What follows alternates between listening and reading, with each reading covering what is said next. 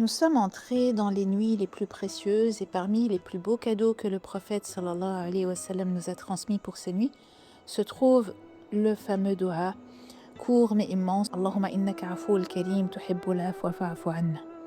Allah, tu es pardonneur, généreux, tu aimes pardonner, alors pardonne-moi. Et ici, le mot pardon n'est pas correct en termes de traduction parce que, comme on va le voir, al-afw, c'est au-delà du pardon. Il ne parle pas seulement de pardon, il parle de l'afw.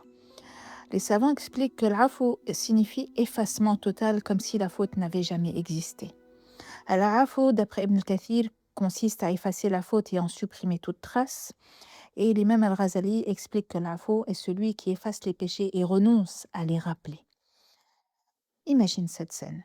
Imagine que tu as fait du tort à quelqu'un, wallah al-musta'an. Mais ça peut arriver, bien sûr, parce qu'on est des êtres humains. Tu vas voir cette personne et tu lui dis: «Je m'excuse sincèrement». Et la personne répond: «J'accepte tes excuses».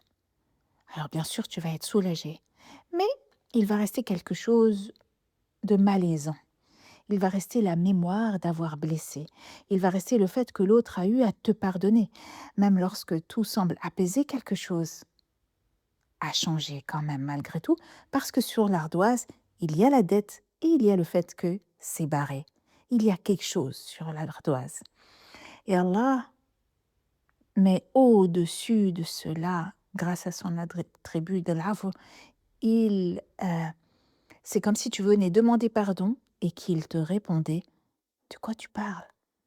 Il y a rien, il y a rien ma sœur, il y a rien mon frère, entre toi et moi». Effacement de la dette, effacement de l'ardoise, effacement de la trace. Oh, c'est un soulagement, une paix profonde. C'est comme si Allah te disait: «N'aie pas peur, il y a rien, il y a plus rien, il n'y a jamais rien eu».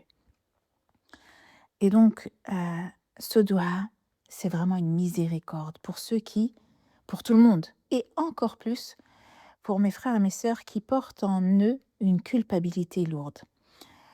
Parce qu'il existe une culpabilité saine, celle qui réveille, celle qui éveille, celle qui responsabilise, et puis il existe une culpabilité enfermante, une culpabilité qui rend malade, une culpabilité qui fait désespérer. Et vous avez des personnes qui vivent avec une culpabilité, chronique. Ils s'excusent avant même de parler, ils se sentent coupables d'exister, ils se sentent coupables même de leur destin. Et c'est précisément pour eux que ce doua est un remède. Oui, c'est un doua recommandé pour Laylat al-Qadr. Mais si tu sens une culpabilité profonde, fais-le aussi en dehors de cette nuit. Parce qu'il travaille l'âme, il apaise l'âme. Allah, il jure, Wala uqsimu bi nafsil lawwama. Il jure par l'âme qui se blâme elle-même. C'est souvent l'âme qui accuse et qui ne se pardonne pas, qui s'accuse et qui ne se pardonne pas. Et l'attribut d'Allah al-Afu devient alors un médicament. C'est le dhikr, ça devient un soin.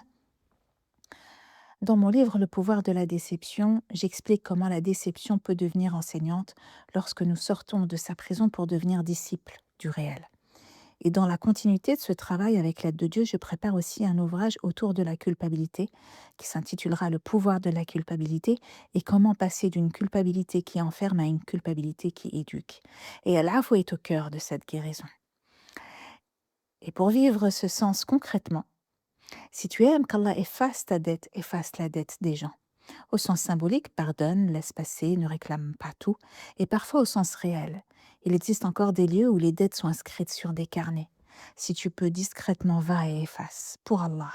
Le prophète sallallahu alayhi wa sallam a dit: quiconque accorde un délai à un débiteur en difficulté ou lui remet sa dette, Allah le mettra à l'ombre le jour où il n'y aura d'ombre que la sienne. Rawah Muslim. Même si personne ne le sait, Allah le sait. Et ce que tu effaces sur terre, Allah l'effacera pour toi au ciel. Dans ces nuits, ne cherche pas seulement à être pardonné, cherche à être allégé et répète lentement: Allahumma innaka afu tuhibbul afwa fa'fu anna. Car peut-être que ce que ton cœur attend depuis longtemps n'est pas seulement le pardon, mais l'effacement, l'allègement, l'apaisement. Avec les sœurs d'Aix-les-Bains et environ, nous sommes en train de mettre au point une cagnotte. C'était 1 € par jour jeûné, donc 30 € à la fin de Ramadan. Le but, c'est que ces 30 €, on a décidé cette année, on le fait avec l'aide de Dieu depuis un certain nombre d'années, on a décidé de le donner justement dans le but d'effacer les carnets et les dettes. Si toi aussi tu veux nous rejoindre, écris-moi un MP et je t'enverrai le lien. Wa fi amanillah.